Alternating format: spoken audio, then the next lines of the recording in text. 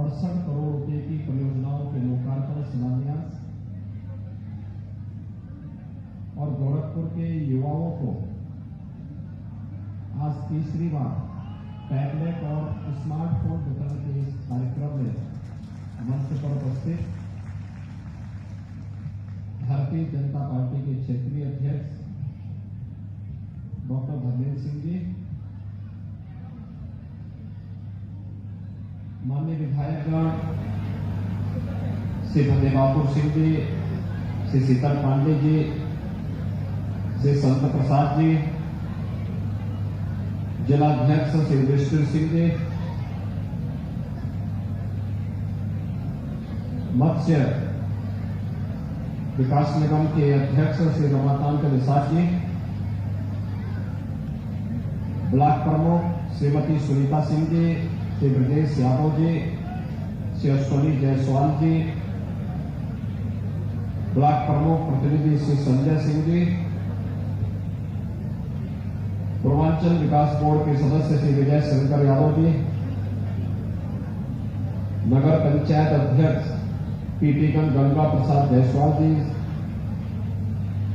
पूर्व प्रमुख श्री गोरख सिंह जी, शेषमणि त्रिपाठी जी, सदानंद शर्मा जी, राकेश चौधरी जी, चंद्र प्रकाश Dwivedi ji,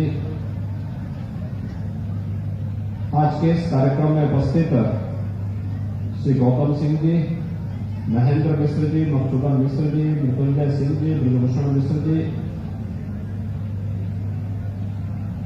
Gorakhpur press club से जुड़े हुए सभी पदाधिकारी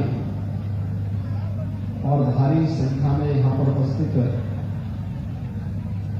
सभी इस क्षेत्र से जुड़े हुए नौजवान साथियों, उपस्थित भाइयों बहनों, श्री संजय सिंह जी ने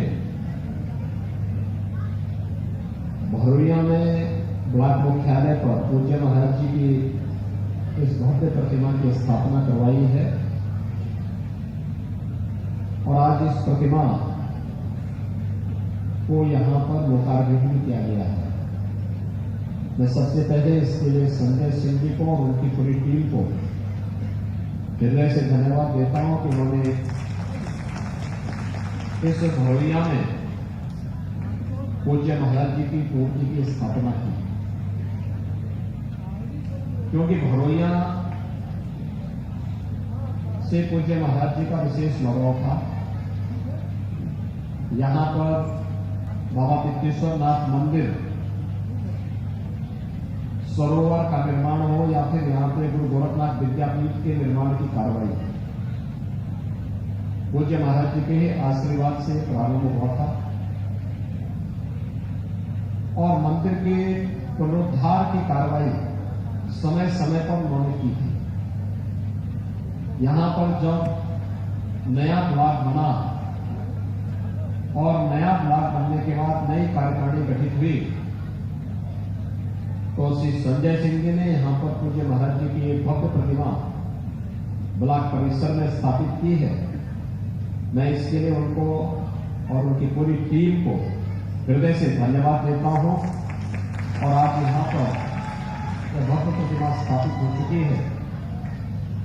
इसके लिए इस क्षेत्र के सभी नागरिकों को हृदय से बधाई भी देता हूं, क्योंकि भरोइया एक ऐसी जगह है जो मालेराम विधानसभा क्षेत्र का एक हिस्सा पहले भी था,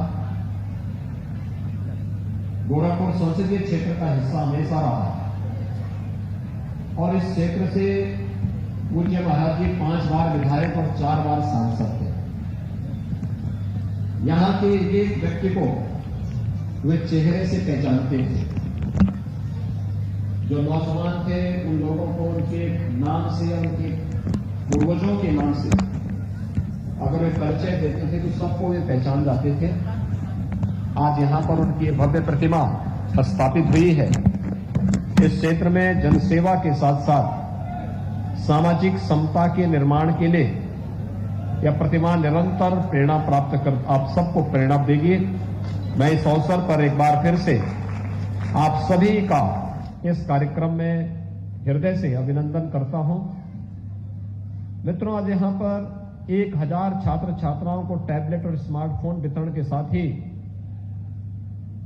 ढेर सारी परियोजनाओं का लगभग 51 करोड़ रुपए की परियोजनाओं का लोकार्पण और 17 करोड़ रुपए की परियोजनाओं का शिलान्यास का कार्यक्रम भी हो रहा है। गोरखपुर का सूचना भवन यानी सूचना संकुल का निर्माण, आज इसका लोकार्पण का कार्यक्रम हो रहा है और हमारे यहां पर प्रेस क्लब से जुड़े हुए जो पदाधिकारी हैं वे स्वयं भी आज इस कार्यक्रम में यहां पर उपस्थित हुए हैं। मैं उनको और उनकी पूरी टीम को इसके लिए बधाई देता हूं कि उन्होंने परिश्रम किया और परिश्रम करके एक भव्य भवन मीडिया के प्रतिनिधियों के लिए गोरखपुर में स्थापित करने में सफलता प्राप्त की है। अत्याधुनिक सुविधाओं से युक्त यह भवन आपको तरोताजा खबरों के लिए सदैव वहां पर उपलब्ध रहेगा और इसके लिए मैं गोरखपुर सूचना विभाग और प्रेस क्लब को हृदय से बधाई देता हूं कि उनका जो सपना था वह साकार हुआ है। आज गोरखपुर से जुड़ी हुई बहुत सारी परियोजनाएं हैं। इसमें पुल के भी हैं, सड़कों के भी निर्माण के हैं और साथ साथ यहां पर तमाम अन्य परियोजनाएं हैं जो पर्यटन विकास से जुड़ी हुई हैं, चिकित्सालय से जुड़ी हुई हैं और स्वास्थ्य से जुड़ी हुई है। एक नया इंस्टीट्यूट हम गोरखपुर को देने जा रहे हैं और वह है state institute of hotel management का।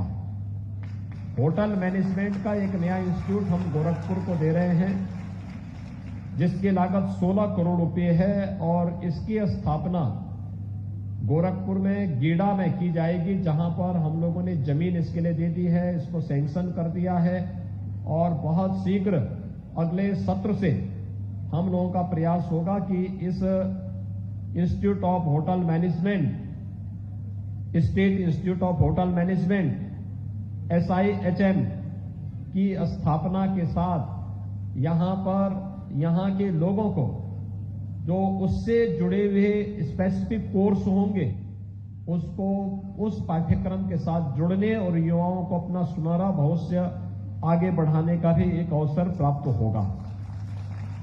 विकास की ढेर सारी अन्य योजनाएं इसमें हैं, पर्यटन से जुड़ी हुई योजनाएं हैं।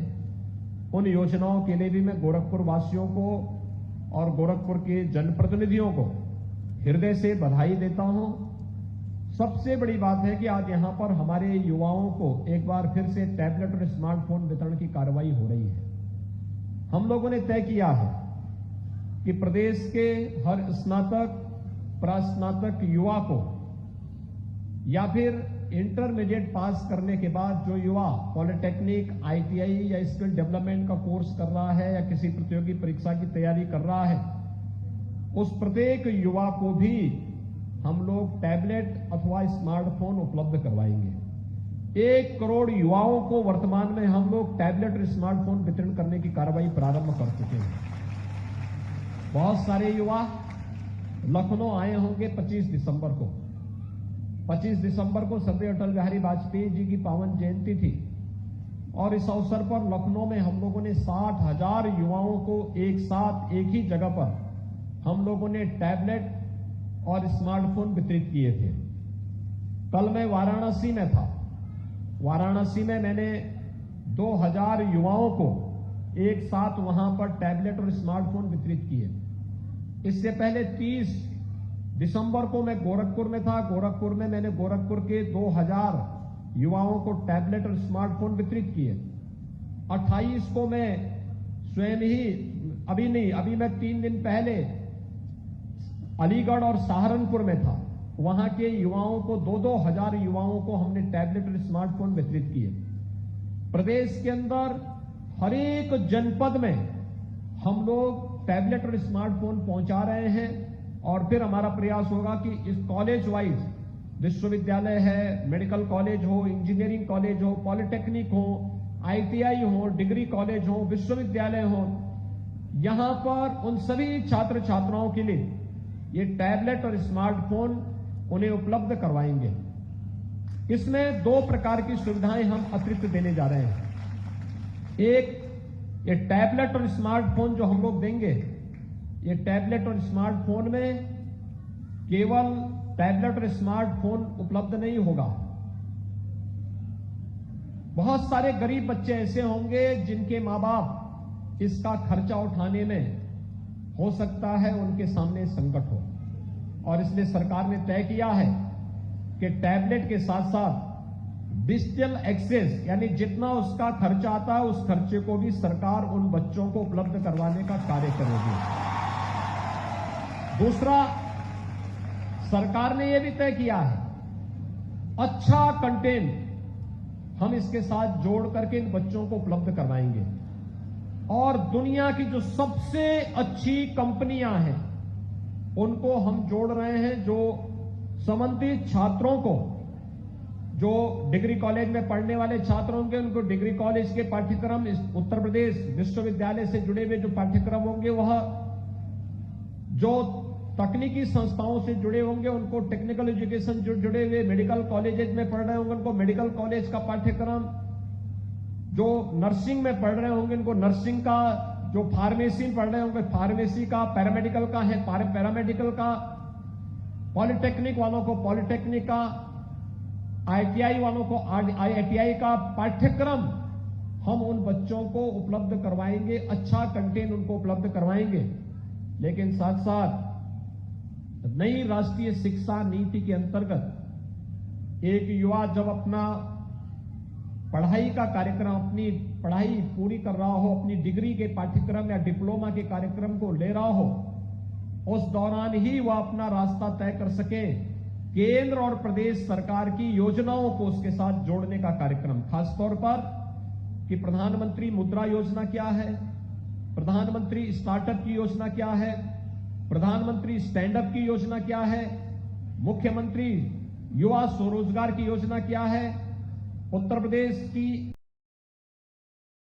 एक जनपद एक उत्पाद की योजना, वन डिस्ट्रिक्ट वन प्रोडक्ट की योजना क्या है, विश्वकर्मा श्रम सम्मान की योजना क्या है, इन सभी योजनाओं को भी इसके साथ जोड़ने का कार्यक्रम होगा। आप अपने टैबलेट और स्मार्टफोन में देखेंगे कि वो सारे के सारे फंक्शन आपके पास वहां मौजूद होंगे, उनमें से किसी को भी आप क्लिक करेंगे उससे संबंधित पूरी जानकारी आपको अपनी टैबलेट या स्मार्टफोन पर उपलब्ध होगी।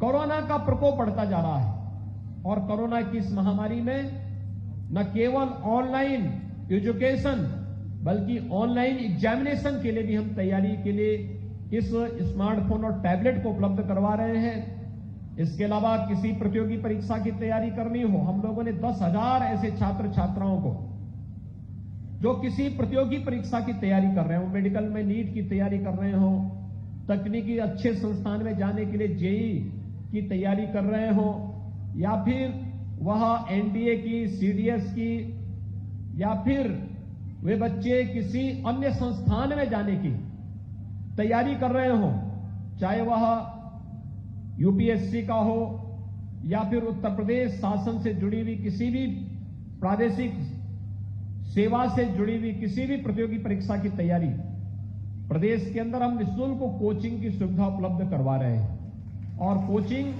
फ्री में कोचिंग है, क्योंकि मेरे सामने वो चैलेंज था जब कोरोना प्रारंभ हुआ था और लॉकडाउन लगा था, 15,000 बच्चे उत्तर प्रदेश के कोटा में फंस गए थे। अभिभावक सब परेशान। राजस्थान की सरकार, कांग्रेस नेतृत्व की सरकार थी, उसने सहयोग करने से इनकार कर दिया।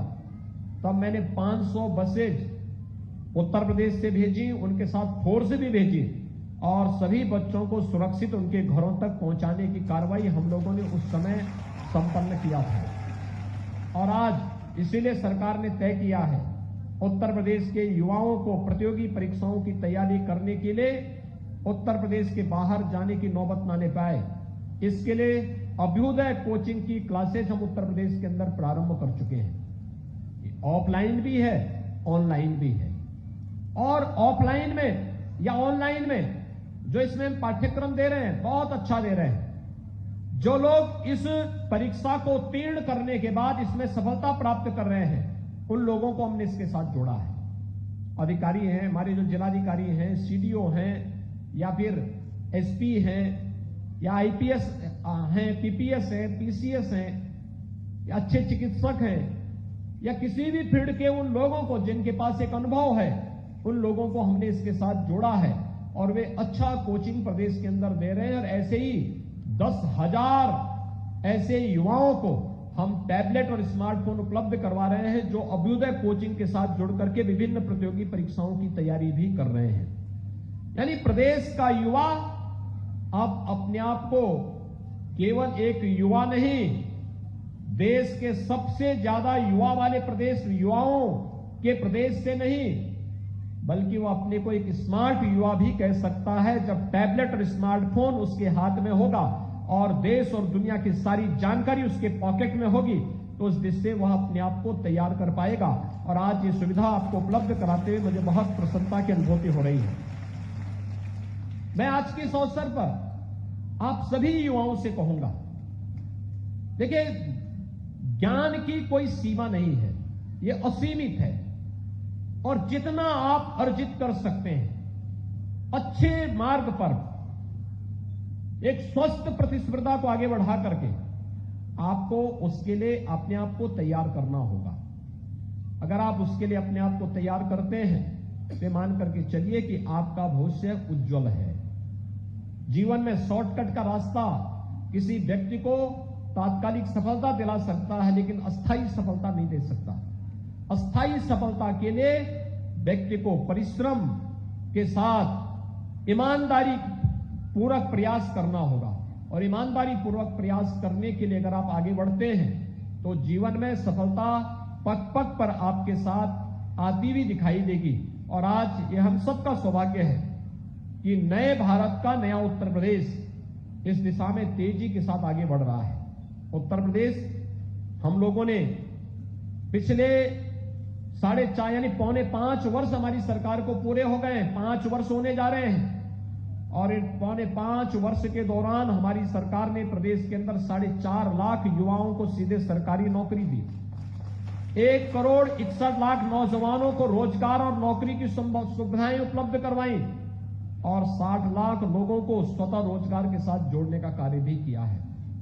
इतने बड़े पैमाने पर नौकरी, रोजगार, स्वतः रोजगार इससे पहले कभी नहीं मिला था। लेकिन सरकार की, जब किसी भी सरकार की जब सोच ईमानदार होती है तो काम उतना ही दमदार भी होता है। और उस दमदार कार्य के साथ सरकार आपके पास है। कितने बच्चों ने यहां पे वैक्सीन ले लिया है? बहुत सुंदर, बहुत अच्छा काम किया आप लोगों ने। जिन लोगों ने वैक्सीन नहीं लिया है, 15 वर्ष से ऊपर के वे सभी बच्चे वैक्सीन जरूर ले लेंगे। कोरोना महामारी का यह वैक्सीन कोरोना में एक सुरक्षा कवच है। और याद रखना, कोरोना के खिलाफ देश की इस लड़ाई को जीतना है तो हम सबको इसमें सहभागी बनना होगा। सार्वजनिक स्थान पर हम जाएं तो मास्क जरूर धारण करें। हर हाल में बचाव के उपाय, ये जो थर्ड वेव आ रही है, ये थर्ड वेव खतरनाक नहीं, लेकिन हां, सावधानी और सतर्कता बीमारी से हमेशा आवश्यक है। बीमारी को छुपाना नहीं चाहिए, लेकिन बीमारी से बचाव जरूर हो। और बीमारी से बचाव इसलिए आवश्यक है क्योंकि बहुत सारे लोग ऐसे होंगे जो बीमार होंगे, बहुत सारे लोग ऐसे होंगे जो कमजोर इम्यूनिटी के होंगे, बहुत सारे लोग ऐसे भी होंगे जिन लोगों को हो सकता है पहले से कोई बीमारी हो। वे लोग अगर बचाव नहीं करेंगे, जबरदस्ती आ बैन मुझे मार वाली कहावत को अपने साथ दोहराने का प्रयास करेंगे तो उनके लिए खतरनाक हो सकता है। और इसलिए कभी भी बीमारी से भागना नहीं, घबराना भी नहीं, लेकिन सतर्कता और सावधानी जरूरी है। इसलिए वैक्सीन जरूर ले लेंगे। सरकार ने मुफ्त में वैक्सीन की व्यवस्था की है, सबके लिए वैक्सीन की व्यवस्था की है। आप सभी लोग इसका लाभ लेंगे इस विश्वास के साथ। एक बार फिर आप सभी युवाओं को टैबलेट उपलब्ध होने पर हृदय से बधाई। आज गोरखपुर को स्टेट का एक नया hotel, institute of hotel management का एक नया इंस्टीट्यूट गोरखपुर को प्राप्त हो रहा है। इसके लिए मैं बधाई देता हूं गोरखपुर वासियों को, एक बार यहां के युवाओं को इसके लिए भी बधाई देता हूं। यहां पर विकास की ढेर सारी योजनाएं, सड़क का है, पुल का है, पर्यटन से जुड़ी हुई योजनाओं का भी आज लोकार्पण और शिलान्यास हो रहा है। इसके लिए सभी जनप्रतिनिधियों को और जनता जनार्दन को मैं बधाई देता हूं और पूज्य महाराज जी की प्रतिमा का आज यहां पर अनावरण हुआ है। इसके लिए मैं ब्लॉक प्रमुख भरोइया और ब्लॉक प्रमुख प्रतिनिधि के रूप में कार्य करने वाले संजय सिंह जी को हृदय से धन्यवाद देते हुए इस पूरे कार्यक्रम में आप सब ने भागीदारी की है।